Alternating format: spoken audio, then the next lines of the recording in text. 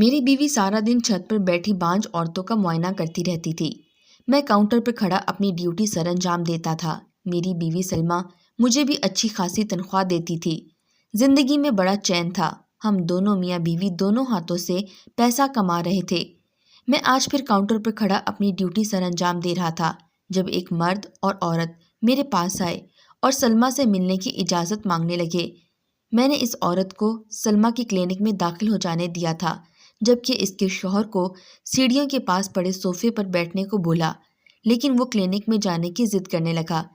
میں نے اس مرد سے کہا کہ بھائی صاحب، اوپر کلینک میں صرف آپ کی زوجہ ہی نہیں بلکہ اور بھی بہت ساری خواتین موجود ہیں۔ ہمارے ہاں علاج مکمل رازداری سے ہوتا ہے، اس لیے میں آپ کو اندر جانے کی اجازت نہیں دے سکتا۔ پھر مجھے علاج کے لیے آپ کا بلڈ گروپ بھی چاہیے، اس لیے آپ ادھر ہی تشریف رکھیے۔ وہ آدمی میری بات سن کر مطمئن ہو گیا۔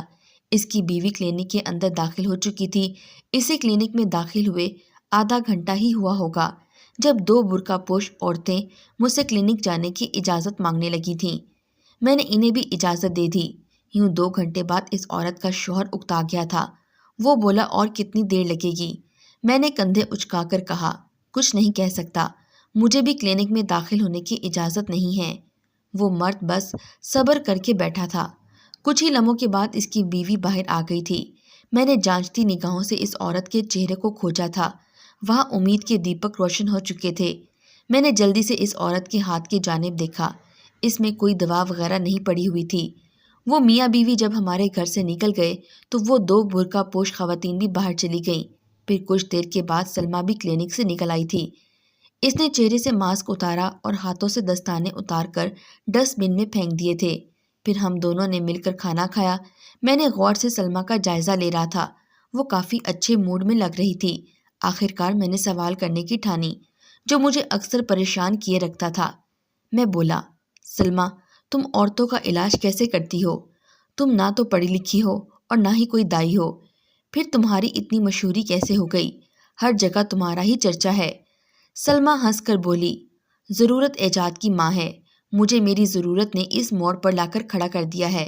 میری وجہ سے کتنی عورتوں کا گھر ٹوٹنے سے بچ گیا ہے۔ میں خاموش ہو گیا۔ نہ جانے سلمہ مجھ سے اس قدر رازداری کیوں رکھتی تھی۔ میں اس کا شوہر تھا، مجھ سے تو یہ راز شیئر کر لینا چاہیے تھا۔ پہل تو مجھے سلمہ کے کسی کاروبار میں کوئی دلچسپی نہ تھی۔ مجھے لگا تھا کہ سلمہ وقت گزاری کے لیے یہ سب کر رہی ہے، مگر دیکھتے ہی دیکھتے کمال ہی ہو گیا تھا۔ فقط 1 سال کے اندر اندر سلمہ کی کلینک کی دھوم دور دور تک جا پہنچی تھی۔ کچھ عورتیں ایسے شہروں اور قصبوں سے علاج کروانے آتی تھیں جن کا ہم نے پہلے کبھی نام بھی نہیں سنا تھا۔ دراصل بانجھ پن ایسا مرض ہے جو ہر تیسرے چوتھے گھر میں پھیلا ہوا ہے۔ اکثر تو ایسے بھی ہوتے ہیں کہ عورتیں بانجھ ہوتی بھی نہیں ہیں، بس قدرت کی طرف سے ہی دیر ہوتی ہے، مگر ان عورتوں کے سسرال والے ان کا جینا حرام کیے بیٹھے ہوتے ہیں۔ جب سلمہ نے اپنا کلینک کھولا تھا تب اس کے پاس پورے سال میں فقط 2 عورتیں علاج کروانے آئی تھیں۔ اللہ کی کرنی سے ان دونوں عورتوں کے ہاں اولاد ہو گئی تھی۔ پھر اس کے بعد ہر جگہ ہی سلمہ کی کلینک کی باتیں ہونے لگی تھیں۔ اب تو ایک دن میں 20 عورتیں اپنا علاج کروانے آتی تھیں۔ سلمہ سے اکیلے یہ سب سنبھالنا مشکل ہو گیا تھا، اس لیے اس نے مجھے سیڑھیوں کے پاس ہی کاؤنٹر بنوا دیا۔ پھر اس نے میری تنخواہ بھی لگا دی۔ ہمارے گھر میں دولت کی ریل پھیل ہو گئی تھی۔ میرے بچے اعلیٰ اسکولوں میں پڑھنے لگے تھے۔ انہوں نے بہترین لباس پہننا شروع کر دیا تھا۔ سلمہ ان کو طرح طرح کے کھانے کھلاتی تھی۔ پہلے تو وہ 2 وقت کی روٹی کو بھی ترس جاتے تھے۔ اب میں نے بھی سلمہ کے کاروبار میں دلچسپی لینی شروع کر دی تھی۔ اب میں ہر چیز پر گہری نگاہ رکھتا تھا۔ یوں ہوتا تھا کہ کوئی عورت علاج کے لیے آتی تو کچھ ہی لمحوں کے بعد کچھ برقع پوش خواتین بھی آ جاتی تھیں۔ علاج کا مکمل عمل 4-5 گھنٹوں پر مشتمل ہوتا تھا۔ میں نے کئی بار سلمہ سے علاج کا طریقہ پوچھا، مگر وہ ہر بار میری بات کو ٹال دیتی تھی۔ سلمہ کا کلینک میرے لیے ایک ایسی جگہ بن چکا تھا جس میں میرا داخلہ ممنوع تھا۔ مجھے یہ بات تو سمجھ آتی تھی کہ میں مریضوں کی موجودگی میں اس کلینک میں داخل نہیں ہو سکتا، مگر جب وہ خالی پڑا ہوتا ہے تب بھی وہاں جانے کی پابندی مجھے کچھ عجیب لگتی تھی۔ خیر، میں نے اپنے ذہن سے ایسے سوالات کو جھٹک دیا۔ مجھے وہ وقت یاد آ جاتا تھا جب میں بالکل ہی بیکار تھا۔ گھر میں 2 وقت کھانے کے بھی لالے پڑے ہوتے تھے۔ سلمہ مجھے سارا دن نکما ہونے کے طعنے دیتی نہ تھکتی تھی، جو میں ایک کان سے سن کر دوسرے کان سے نکال دیتا تھا۔ وہ کبھی پیار سے سمجھاتی تو کبھی لڑ جھگڑ کر میرا گھر چھوڑ کر اپنے میکے جا بستی تھی۔ میں تو شادی سے پہلے بھی نکما تھا، کوئی کام کاج تو کرتا نہ تھا۔ اماں نے میری شادی کروا دی تاکہ مجھ پر بوجھ پڑ جائے اور میں ذمہ دار ہو جاؤں، مگر شادی اور 3 بچوں کا بوجھ بھی مجھے رائے راست پر نہ لا سکا۔ پہلے پہل تو سلمہ کچھ نہ کہتی تھی، روکھی سکی کھا کر صبر کرتی، مگر جب بچے بڑے ہونے لگے اور طرح طرح کی فرمائشیں کرنے لگے تو وہ اکھڑ مزاج ہو گئی۔ پھر جب بچوں پر فاقوں کی نوبت آئی تو وہ کسی سے کہہ کلوا کر مجھے کام پر رکھوا دیتی تھی، مگر میری سستی دیکھ کر مالک مجھے بہت ہی جلد فارغ کر دیتا۔ سلمہ نے ہر ممکن کوشش کر کے دیکھ لی، گھر چھوڑ کر چلی گئی، طلاق تک کی دھمکی دے ڈالی۔ میں 4 دن چستی سے کام کرتا تو 5ویں دن سستی مجھے پھر سے اپنے حصار میں جکڑ لیتی تھی۔ اب میری بیوی سلمہ کچھ دنوں سے پریشان سی رہتی تھی۔ اس کی پریشانی کی وجہ بہت واضح تھی۔ میں 5ویں بار بھی ملازمت سے نکالا جا چکا تھا۔ میرے 3 بچے تھے، بچوں کی بھی 100 ضروریات ہوتی ہیں اور آمدن کا کوئی ذریعہ نہیں تھا۔ سلمہ ایک دن میرے پاس آئی اور بولی، رضا میں چھت پر بنے کمرے کو اپنا کلینک بنانا چاہتی ہوں۔ میں نے اس کی بات سن کر ہنس کر ٹال دی۔ اس نے 1-2 بار پھر سے کلینک بنانے کی بات کی تو میں خاموش نہ رہ پایا۔ میں بولا، کس چیز کے لیے بناؤ گی کلینک؟ نہ تو تم پڑھی لکھی ہو اور نہ ہی کوئی کام دھندا جانتی ہو۔ تو وہ بولی، تم فکر نہ کرو، تم جیسے بیکار مرد کے ساتھ رہنے والی عورتیں 100 تدبیر سوچ لیتی ہیں۔ میں نے لاپرواہی سے کندھے اچکا دیے کہ جو من میں آئے کرو۔ پھر اس نے میری مدد کے بغیر ہی اپنا کلینک سیٹ کر لیا۔ وہ بولی، میں 5 عورتوں کا علاج کیا کروں گی۔ میں اس کا مذاق اڑاتا رہا، مگر وہ اپنی دھن کی پکی نکلی۔ آج وہ اپنی محنت کے بل بوتے پر وہ سب کچھ حاصل کرنے میں کامیاب ہو چکی ہے جس کی وہ تمنا کیا کرتی تھی۔ اب اس کے کام کا طریقہ کار جاننے کی خواہش تو دل میں سر اٹھاتی تھی، مگر پھر میں یہ سوچ کر چپ کر جاتا تھا کہ چلو وہ جو کچھ بھی کر رہی ہے کرتی رہے، کم از کم روٹی روزی تو لگی ہوئی ہے۔ میرے والدین اب وفات پا چکے تھے۔ میری ایک ہی بہن تھی جس کی شادی کو 10 سال ہو چکے تھے۔ پہلے تو وہ مجھے ایک نکما انسان سمجھتی تھی، اس لیے اپنے مسائل میرے ساتھ شیئر نہیں کیے تھے۔ اب جب میرا اور سلمہ کا کاروبار چل پڑا تھا تو اسے بھی تھوڑا آسرا مل گیا کہ اس کا میکا مضبوط ہو گیا ہے۔ اب وہ اپنے دکھ سکھ مجھ سے بانٹ لیا کرتی تھی۔ شازیہ نے مجھے بتایا تھا کہ اس کا شوہر اولاد نہ ہونے کی وجہ سے اسے اکھڑا اکھڑا سا رہتا ہے۔ ساس بھی اپنے بیٹے کے لیے دوسری بیوی کی تلاش میں ہے۔ شازیہ کا شوہر اسے طلاق دینے کا سوچی بیٹھا تھا۔ 10 سال کا عرصہ کم تو نہیں ہوتا، اب تک اسے اولاد ہو ہی جانی چاہیے تھی۔ شازیہ کی ساس نے اس پر بانجھ پن کا ٹیگ لگا دیا تھا۔ میں نے شازیہ کا مسئلہ سلمہ سے ڈسکس کیا تھا۔ میں نے سلمہ سے کہا، سلمہ تم شازیہ کا کیس اپنے ہاتھ میں لے لو، اللہ نے تمہارے ہاتھ میں شفا رکھی ہے۔ سلمہ نے کوئی خاص دلچسپی نہیں دکھائی، میں بھی چپ کر گیا تھا۔ میں یہ بات اول روز سے جانتا تھا کہ سلمہ شازیہ کو کوئی خاص پسند نہیں کرتی۔ اس کی سب سے بڑی وجہ شازیہ کا غسیلا پن تھا۔ سلمہ جب بیاہ کر میرے گھر آئی تب شازیہ بھی 2 ماہ کے لیے میکے رہنے آئی ہوئی تھی۔ تب میرے والدین بھی حیات تھے، اس لیے شازیہ کو اپنا پلڑا بھاری محسوس ہوتا تھا۔ وہ سلمہ کے ہر کام میں کیڑے نکالتی۔ وہ کبھی کہتی کہ تمہیں گول روٹی نہیں بنانے آتی تو کبھی کہتی کہ تم کھانا اچھا نہیں بناتی۔ ہماری شادی کو 1 ہفتہ ہی ہوا تھا جب شازیہ میرے پاس روتی ہوئی آئی اور بولی، بھائی آج مجھ سے میرا میکا بھی چھوٹ گیا ہے، لوگ سچ ہی کہتے ہیں، والدین کا گھر تب تک ہی اپنا ہوتا ہے جب تک بھابھی بیاہ کر نہیں آتی۔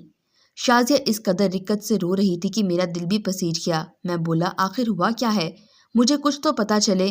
تب شازیہ نے بتایا، سلمہ بھابھی نے میرے ساتھ بدتمیزی کی ہے اور گھر سے نکل جانے کو کہا ہے۔ مجھے ایک دم سے غصہ آ گیا تھا، اس کی ہمت کیسے ہوئی؟ اس نے میری ماں جیسی بہن کے ساتھ بدتمیزی کی۔ میں نے غصے میں آ کر سلمہ کے رخسار پر تھپڑ جڑ دیا۔ سلمہ کے دل سے ابھی تک اس بات کا دکھ اور غصہ نہیں جاتا تھا۔ میں نے اس سے کئی بار معافی بھی مانگی تھی، مگر وہ اس واقعے کو بھولنے پر آمادہ ہی نہیں ہوتی تھی۔ سلمہ کا کلینک اللہ کے فضل سے بڑے احسن طریقے سے چل رہا تھا۔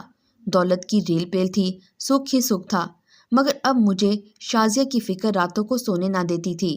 دن تو ڈیوٹی میں گزر جاتا جبکہ رات بھی آنکھوں ہی آنکھوں میں کٹ جاتی تھی۔ میں کاؤنٹر پر کھڑا تھا جب ایک جوڑا علاج کی خاطر آیا تھا۔ شوہر کو تو میں نے باہر ہی بٹھا دیا جبکہ عورت کو میں نے کلینک کے اندر بھیج دیا تھا۔ ابھی آدھا گھنٹہ ہی گزرا ہوگا کہ 2 نقاب پوش بی کلینک میں داخل ہونے کی اجازت مانگنے لگی۔ میں نے ان کو بھی کلینک میں بھیج دیا۔ میں ان دو عورتوں کو دیکھ کر حیران رہ گیا تھا کہ یہ برقع پوش عورتیں تقریباً ہر روز کلینک کا چکر لگاتی تھیں۔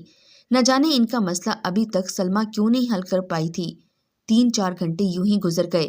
جب وہ عورت کلینک سے نکلی، اس عورت کے نکلتے ہی وہ نقاب والی عورتیں بھی کلینک سے نکل آئی تھیں۔ وہ دونوں بہت تیزی سے چل رہی تھیں جب میری نظر ایک عورت کے پاؤں پر پڑی۔ اس نے مردانہ چپل پہن رکھی تھی۔ میں جلدی سے ان کے پیچھے لپکا تھا۔ مجھے اس عورت کی مردانہ چپل نے تشویش میں مبتلا کر دیا تھا۔ وہ دونوں میری آواز پر رک گئی تھیں۔ میں نے جلدی سے بات بنائی۔ میں بولا، بہن، آپ کا مسئلہ ابھی تک حل کیوں نہیں ہوا؟ میں آپ کو بڑے دنوں سے آتے دیکھتا ہوں۔ ان دونوں میں سے ایک عورت بولی، ہم دوسری عورتوں کے مسائل حل کروانے آتی ہیں۔ اتنا کہہ کر وہ دونوں آگے بڑھ گئی تھیں۔ اب سارا معاملہ حل ہو چکا تھا۔ اصل میں یہ دو عورتیں ہی دوسری عورتوں کا علاج کرتی تھیں۔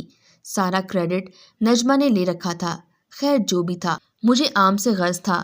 میں نے پیٹ گن کر کیا کر لینا تھا؟ میں کاؤنٹر پہ کھڑا اپنی ڈیوٹی نبھا رہا تھا جب مجھے شازیہ کی کال آ گئی۔ میں نے اس کی خیریت پوچھی تو وہ پھوٹ پھوٹ کر رونے لگی اور بولی، بھیا میرا گھر بچا لو، میرا شوہر مجھے طلاق دے دے گا، تو کسی بھی طرح اپنی بیوی کو میرا علاج کرنے پہ رضامند کر لو بھیا۔ میں نے اسے حوصلہ دے کر فون بند کر دیا تھا۔ علاج والی ساری عورتیں جا چکی تھیں، اس لیے میں نے سوچا کہ کلینک میں جا کر سلمیٰ سے شازیہ کے مسئلے پر بات کرتا ہوں۔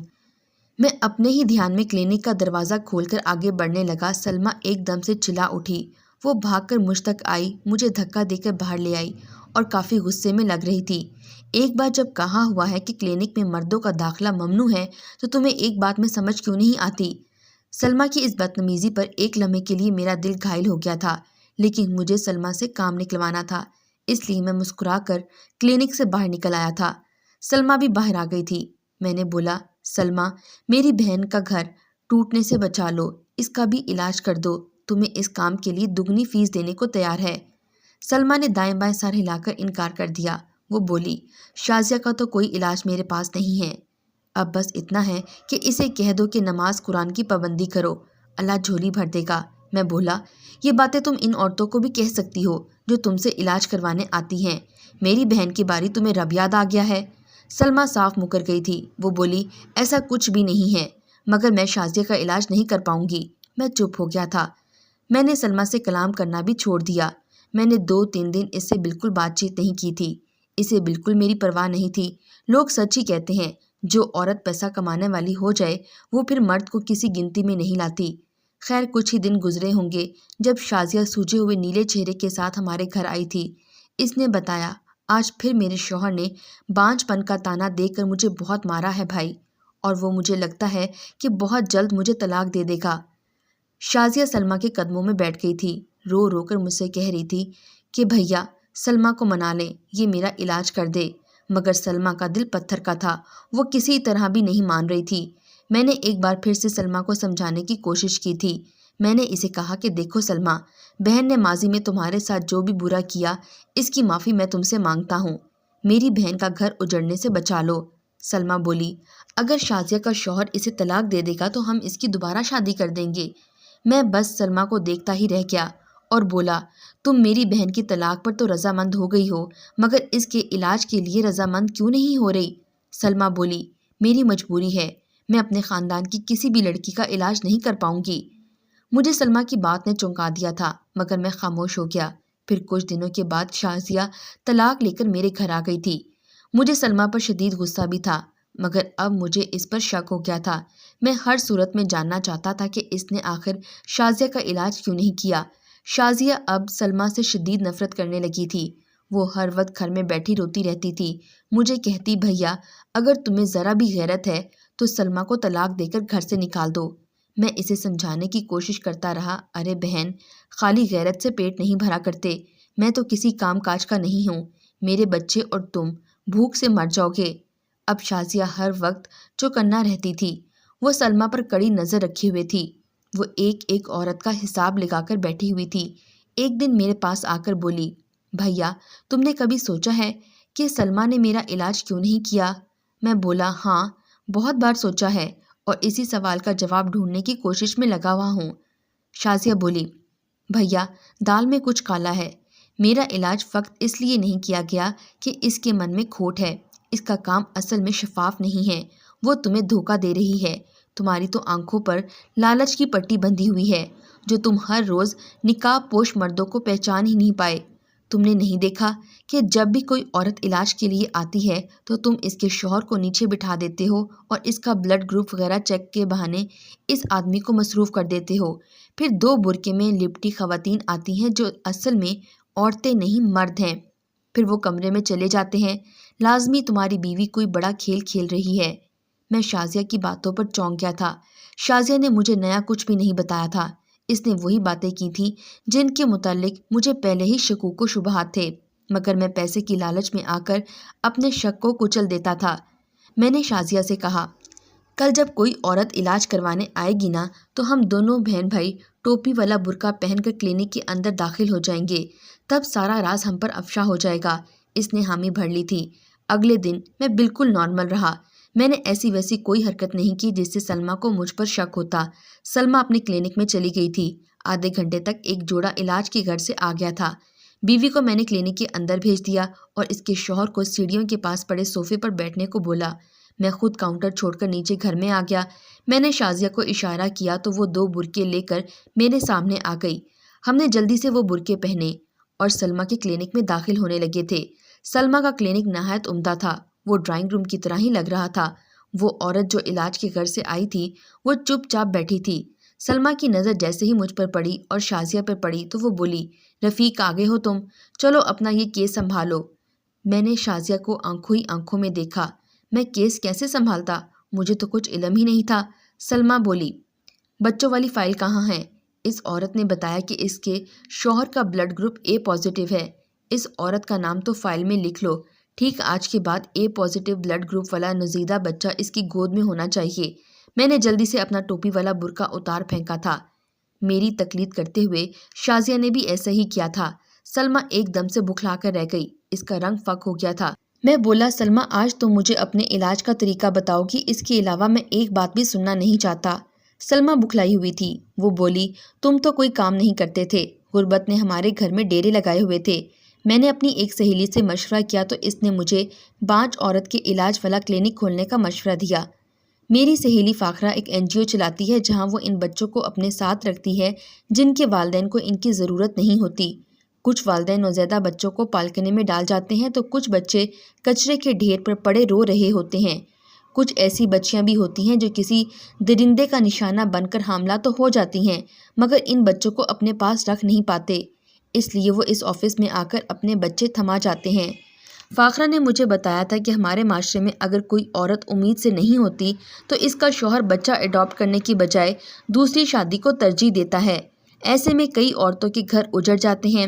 فاخرہ نے اپنے 2 کارندے مجھے دیے ہوئے تھے۔ جب بھی کوئی عورت میرے پاس علاج کے غرض سے آتی تو میں اسے سیدھی سادی بات بتا دیتی کہ علاج میں کرنا نہیں جانتی، بس بچہ ان کو مل جائے گا۔ میں ان کے شوہر کا بلڈ گروپ لے لیتی اور اسی بلڈ گروپ کا بچہ 9 ماہ کے بعد اس عورت کو تھما آتی تھی۔ میں نے شازیہ کا علاج اس لیے نہیں کیا تھا کیونکہ مجھے ڈر تھا کہ یہ میرا ڈھنڈورا پیٹ دے گی اور مجھے بدنام کر دے گی۔ شازیہ ایک دم رونے لگی۔ وہ بولی، سلمیٰ تمہارے اندر یہ ڈر بھی میرے برے رویے نے ڈالا تھا۔ اگر میں شادی کے شروع کے دنوں میں تم سے لڑتی نہ جھگڑتی تو تم اس قدر خوفزدہ نہ ہوتی بہن، تو میرے لیے کچھ نہ کچھ کر ہی دیتی۔ آج میں یہاں طلاق لے کر نہ بیٹھی ہوتی، مگر میں آج تم سے وعدہ کرتی ہوں کہ اس کار خیر میں تمہارا ساتھ ضرور دوں گی۔ تم نے جو کام شروع کیا ہے یہ نیکی والا ہے۔ اس طرح بے یار و مددگار بچوں کو والدین مل جاتے ہیں اور عورتوں کے گھر اجڑنے سے بچ جاتے ہیں۔ سلمیٰ اور شازیہ ایک دوسرے کے گلے لگ کر رو رہی تھیں۔ میری آنکھ میں بھی آنسو آئے تھے۔ مجھے اب سلمیٰ پر فخر ہونے لگا تھا۔